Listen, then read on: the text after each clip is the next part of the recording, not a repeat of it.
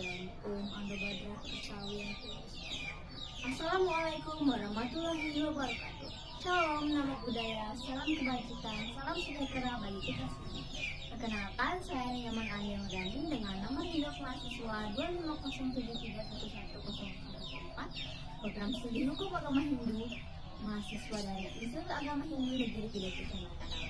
Di video kali ini saya akan membahas sebuah kasus, yaitu kasus penyebaran data pribadi tanpa izin. Kasus ini intinya adalah penyebaran data pribadi tanpa izin. Jadi, seseorang menyebarkan foto, nomor telepon, dan alamat mantan pasangannya di media sosial karena sakit hati. Nah, tindakan seperti ini jelas bermasalah karena data pribadi itu bukan untuk disebarkan sembarangan. Akibatnya, korban jadi mendapatkan ancaman dan pelecehan dari banyak orang.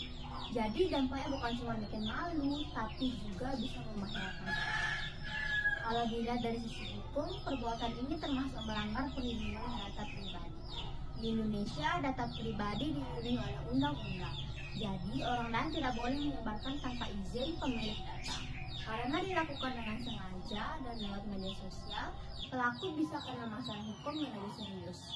Bukan cuma teguran biasa ya. Intinya di sini itu ada unsur kesengajaan, yaitu karena dilakukan atas dasar sakit hati. Terus ada juga unsur tanpa izin, karena korban tidak setuju datanya disebarkan dan bisa menimbulkan akibat, karena korban akhirnya diteror dan dilecehkan. Dari sisi HAM, tindakan ini melanggar hak korban atas privasi dan rasa aman. Setiap orang punya hak untuk menjaga data pribadinya sendiri dan tidak boleh dipermalukan atau dibuka identitasnya begitu saja tertutup. Secara sosial, praktik ini dapat menimbulkan budaya saling menyerang, mempermalukan orang, dan meremehkan privasi. Jika dibiarkan, masyarakat akan menganggap pelanggaran data pribadi sebagai sesuatu yang biasa. Padahal, ini justru melemahkan penghormatan terhadap hak asasi manusia di ruang digital. Karena itu, penyalahgunaan media sosial harus dipahami sebagai persoalan serius yang berdampak langsung pada kehidupan sosial dan hak asasi manusia. Secara hukum, pelaku dapat dimintai pertanggungjawaban karena menyebarkan data pribadi tanpa persetujuan pemiliknya. Tindakan tersebut melanggar prinsip perlindungan data pribadi sebagaimana telah diatur dalam Undang-Undang PDP dan aturan terkait sistem elektronik. Secara hak asasi manusia, pelaku telah merampas hak korban atas privasi, martabat, dan keselamatan. Dengan demikian, kasus ini menunjukkan bahwa tindakan balas dendam di media sosial tidak bisa dibenarkan. Hukum melarang penyebaran data pribadi tanpa izin, sedangkan hak asasi manusia menuntut setiap orang dan menghormati privasi dan kehormatan orang lain. Pada akhirnya, kasus ini menjadi contoh bahwa ruang digital harus digunakan secara bertanggung jawab agar tidak berubah menjadi sarana pelanggaran hak. Apalagi kalau akibatnya korban jadi ancaman dan dilecehkan. Itu berarti ada pelanggaran yang lebih jauh lagi terhadap martabat dan kehormatan korban. Jadi kasus ini bukan cuma soal sakit hati lalu balas dendam, tapi sudah termasuk ke pelanggaran hukum dan pelanggaran hak asasi manusia. Jadi, pelaku dalam kasus ini salah secara hukum dan salah secara HAM.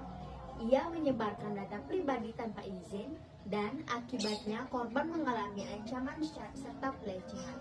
Perbuatan seperti ini harus dianggap serius karena menyangkut privasi, keamanan, dan martabat seseorang. Jadi, apakah privasi termasuk bagian dari hak asasi manusia? Ya, tentu saja. Privasi termasuk bagian dari hak asasi manusia. Hak privasi adalah hak dasar setiap orang untuk melindungi kehidupan pribadi, informasi pribadi, dan data pribadinya dari penyebaran tanpa izin.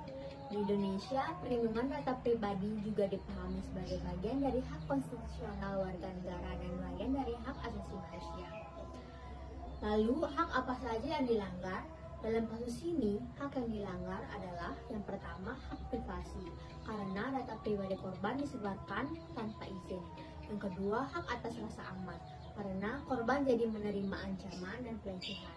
Ketiga, hak atas martabat dan kehormatan, karena korban dipermalukan di depan publik digital. Dan yang terakhir adalah hak untuk menguasai data pribadi sendiri karena korban kehilangan kendali atas foto, nomor telepon, dan akunnya. Lalu hubungan hak asasi manusia dan teknologi digital apa saja? Jadi hak asasi manusia dan teknologi digital sekarang sangat dekat hubungannya.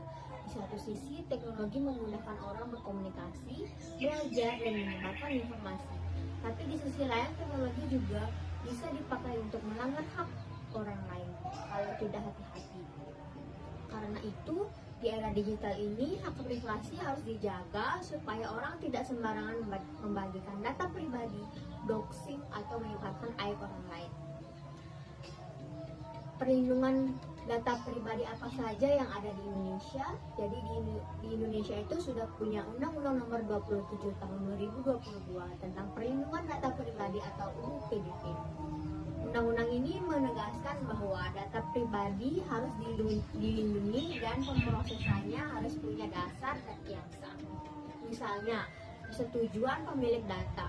Undang-undang ini juga mengatur hak pemilik data, kewajiban pihak yang mengelola data, serta sanksi kalau ada penyalahgunaan data pribadi. Selanjutnya, apa saja dampak sosial penyalahgunaan media sosial terhadap hak asasi manusia? Penyalahgunaan media sosial bisa bikin korban takut, trauma, malu, dan kehilangan rasa aman. Kalau data pribadi disebarkan, publik bisa ikut menyerang korban lewat komentar, ancaman, atau pelecehan, sehingga korban mengalami tekanan sosial yang berat. Dalam jangka panjang, hal ini bisa membuat orang takut bersuara, takut berinteraksi, dan tidak nyaman menggunakan ruang digital. Padahal ruang digital seharusnya aman untuk semua orang. Jadi, pelaku dalam kasus ini salah secara hukum dan salah secara HAM. Ia menyebarkan data pribadi tanpa izin dan akibatnya korban mengalami ancaman serta pelecehan. Perbuatan seperti ini harus dianggap serius karena menyangkut privasi, keamanan, dan martabat seseorang. Sekian yang dapat saya ucapkan. Jika ada kesalahan kata, saya mohon maaf sebesar-besarnya, dan akhir kata saya ucapkan terima kasih. Om Santi Santi Santi Om. Wassalamualaikum warahmatullahi wabarakatuh. Namo Buddhaya, salam kebajikan, shalom, dan salam sejahtera bagi kita semua.